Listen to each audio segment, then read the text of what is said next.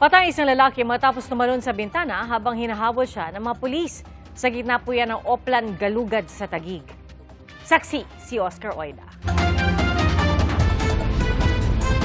Sa ikinasang Oplan Galugad ng mga pulis sa bahaging yan ng Taguig City, naaktuhan nila ang 5 gumagamit umano ng iligal na droga.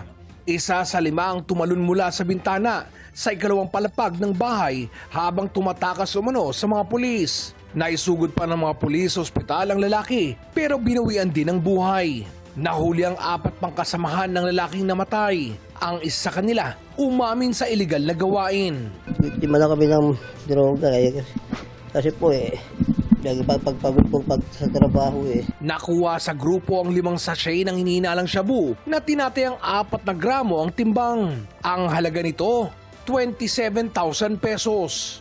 Sa nakalipas na 2 araw, umabot na sa mahigit 24,000 ang nahuhuling violator sa Safer City Operations ng PNP. Pinakamaraming violator na nahuli ang Southern Police District na umabot sa mahigit 12,000 gaya sa mga syudad ng Muntinlupa, Makati at Pasay. Karamihan sa mga naitalang paglabag ay pag-inom ng alak at paninigarilyo sa mga pampublikong lugar. Gayon din ang palakad-lakad sa kalsada ng walang damit pang itaas. Hindi naman po ito pananakot, ito po ay pinapakita natin kung gaano po kaseryoso ang ating PNP na i-implement yung utos at direktiba sa atin. Wala naman daw bago sa direktiba sa kanila. Mas pinaigting lang para mas matiyak ang kaligtasan ng lahat.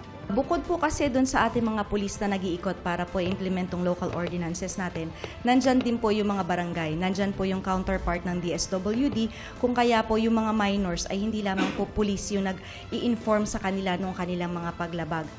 Yung intervention po ay nanggagaling po doon sa ating mga social workers. Ako si Oscar Oid, ang inyong saksi!